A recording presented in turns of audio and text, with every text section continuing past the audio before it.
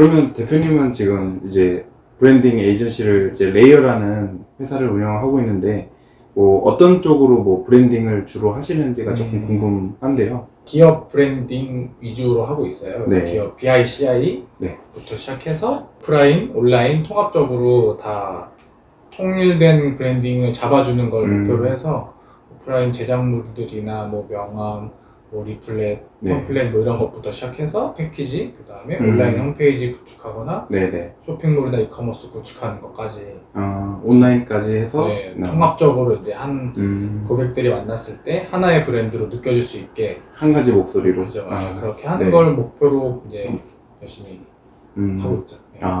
왜냐면 지금 저는 이제 독립군이라는 유튜브를 하는 것도 다양한 디자이너들이 이제 창업을 하는 거에 대해서 약간 이런 콘텐츠를 담아서 사람들에게도 디자이너들에게 창업을 좀 독려를 하고 같이 응원해서 좀 뭔가 할 수 있는 뭐 창업이 그렇게 어려운 것도 아니지만 쉬운 것도 아니죠. 근데 그런 거를 좀 할 수 있는 방법과 스토리를 보여주는 좀 콘텐츠를 위주로 많이 하고 있거든요. 그래서 이제 어떻게 하다가 알게 됐지만 근데 이제 그렇게 바쁜 브랜딩 에이전시를 운영을 하고 계신데도 불구하고 좀 부만남이라는 브랜드 만드는 남자 그거를 운영을 하시는데 그게 이제 어떤 쪽으로 주로 하시고 약간 어떤 내용을 좀 다루는지가 조금 저도 대표님이랑 비슷한 생각 중에 하나는 네네. 디자이너들이 창업을 하고 창업을 운영을 잘 해가지고 디자이너들 잘 먹고 잘 살았으면 좋겠다 있거든요.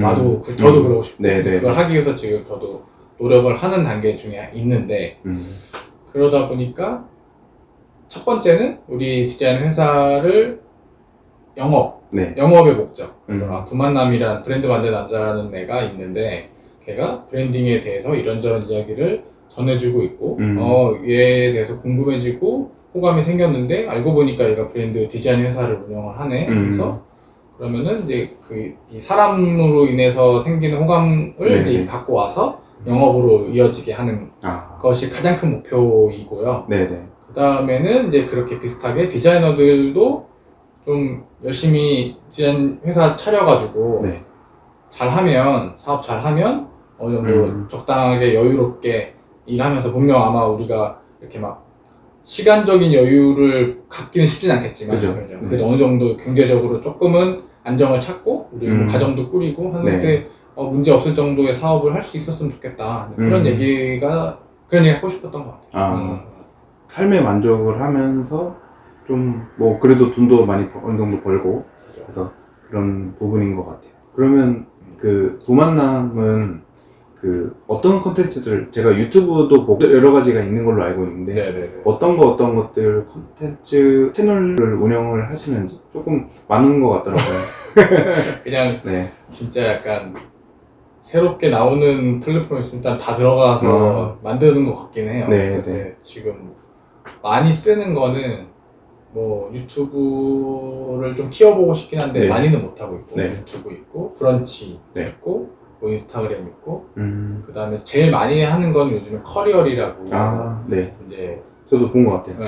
거기는 뭐 신생이라고 해야 될까? 최근에 생긴 국내 플랫폼인데 약간 일하는 것들로만 피드가 거의 구성되어 있어요. 개인적인 내용이 잘 없고 본인이 해당하는 어떤 업무랑 관련된 어떤 기사나 뭐 글이나 이런 것들을 내가 공유하면서 나의 어떤 코멘트 같은 거, 내 아이디어 같은 거 같이 달아주면서 그걸 이제 보통 매일 우리가 막 기사 같은 거 많이 보고 유튜브 많이 보니까 볼 때마다 이거를 거기다 약간 내가 내 거 저장한다는 생각하면서 내 생각을 좀 정리하면서 이렇게 넣거든요. 그게 조금 막 브런치만큼 길지는 않겠네요. 길진 않죠. 길거나 오래 시간을 쓰지는 안 되고 그러다 보니까 저도 내가 스크랩 한다는 마음으로 막 매일매일 몇 개씩 막 올려요.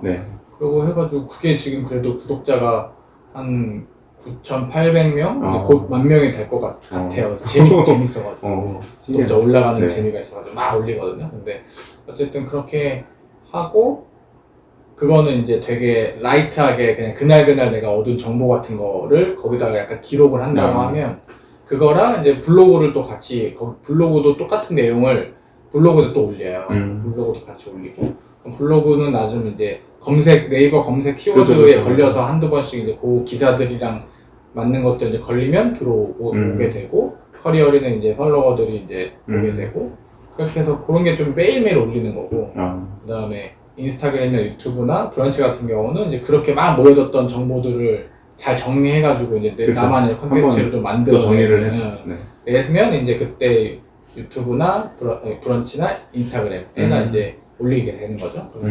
브런치는 보통 글이고, 인스타그램은 카드 뉴스 형식이고, 유튜브는 영상이고, 그쵸. 그러니까 브런치로 뭔가 정리가 글이 잘 나오면 그게 이미지도 되고 유튜브로도 되니까 이제 하나의 딱 컨텐츠가 나오면 여러 가지 플랫폼을 이제 쓰는 거죠. 그래서 그걸 그때 최근에 한번 그걸 올리신 걸 봤어요. 맞아요. 한 컨텐츠로 한 내용으로 여러 가지 채널로 이용해서 맞아요. 좀 다양하게 SNS를 다양하게 키우는 거. 사실 알고 보면은 한두 가지 내용일 수도 있고. 근데 이제 컨텐츠 그 플랫폼마다 들어오는 사람들이 다르잖아요. 그쵸. 어떤 사람들은 인스타그램 좋아하고, 어떤 사람 유튜브 좋아하고, 어떤 사람 브런치 좋아하니까. 나는 이제 그 여러 가지 길목에 이제 서 있는 거죠.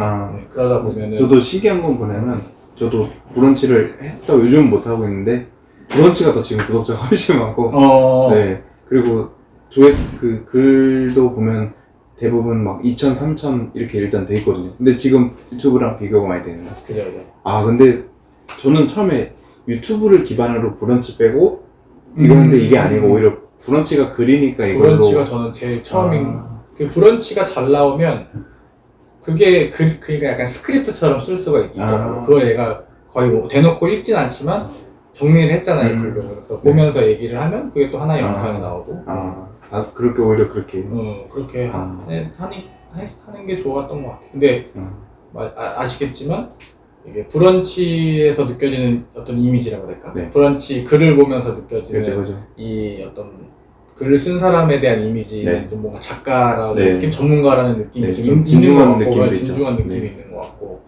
인스타그램은 저는 조금 가볍고 좀 편하게 그림도 약간 그래픽 넣어가지고 하니까 좀 가볍고 편하게 보는 느낌이고, 유튜브는 사실 잘 모르겠어요. 뭐가 잘하는 건지 모르겠는데 어떻게 그런 얘기들을 하는데 얼굴이 나오니까 거기서 느껴지는 어떤 신뢰감 같은 게 있지 않을까.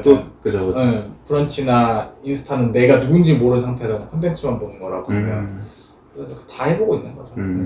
근데 또 그렇게 생각한 거예요. 저도 왜 갑자기 유튜브를 하게 됐냐면, 물론 뭐 여러 가지 얘기를 하려고 하는 것도 있지만, 제가 브런치를 원래 안 보던 사람이었어요. 근데 왜 제가 브런치를 쓰고 있는데 유튜브는 엄청 보고 있거든요.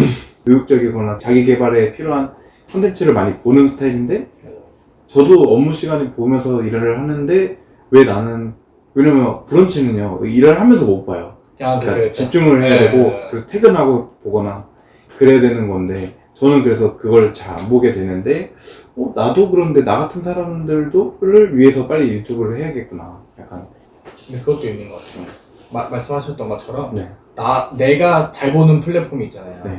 내가 잘 보는 저도 유튜브가 편하고 뭐 정 안 되면 소리만 들어도 되고 뭐 이렇게 하고 그쵸. 저도 유튜브 프리미엄 해놔가지고 이거 꺼도 계속 소리 들을 수 있거든요. 거의 약간 팟캐스트 듣는 것도 좀 있어요. 듣다가 뭐 화면 궁금하면 그때 화면 보고 이러다 보니까 사람들마다 다 그런 거죠. 어떤 사람들은 브런치를 볼 거고, 어떤 사람들은 인스타그램을 많이 볼 거고, 유튜버를 볼 텐데, 제가 여러 길목에 서 있으려고 하긴 하지만, 나한테 또 맞는 게 따로 있는 것 같아요. 내가 뭐 유튜브도 하고, 브런치도 하고 다 했는데, 일단은 그런 거 뭐 생기면, 요즘에 또 카카오 뷰가 생겼다고 해가지고, 거기도 또 만들어가지고, 그동안 했던 것도 모아서 막 올려놓고, 다 해보고 있어요. 그러니까, 어쨌든, 일단, 디자이너들이 어려워하는 것 중에 하나, 제가 느꼈던 것 중에, 저도 요즘에 이렇게 좀 빨빨거리면서 하려고 하는 거지, 그전에는 나를 알리는 거를 잘 못했던 것 같거든요. 남을 알리기만 했지. 그래서 남 알려주는 걸 도와주는 일만 하고, 남 브랜드 만들어주는 일만 했고, 내 브랜드 만드는 걸 모르는 거죠. 저도 그랬던 것 같아요. 그죠? 지금 이제 그 브랜딩 에이전시를 운영하시면서